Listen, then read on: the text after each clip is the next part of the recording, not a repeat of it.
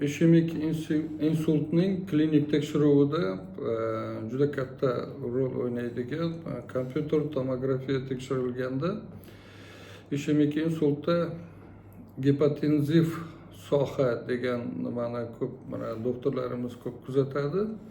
Bu ko'pincha xanjarsimon shaklga ega bo'lib, uning asosiy yarim sharida yuzaga keladigan bo'ladi. Gipotenziv sohaning joylashuvi infarkt sodir bo'layotgan arteriya hududini aniqlash uchun ishlatilishi mumkin.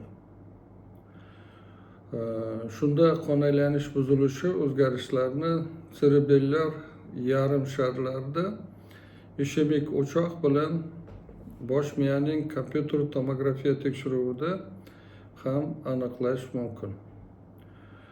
Buni bosh miya ustunidagi ishemik jarayon bilan aniqlash ancha qiyin bo'ladi.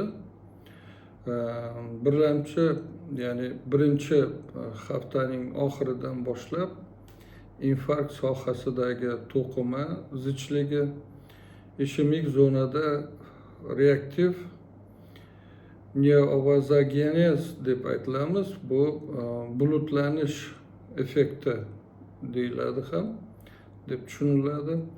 Rivojlanishi tufayli gipodensdan giperdensga oshadi. Shundan keyin bu bosh miya to'qimasining yo'qolishi sodir bo'ladi.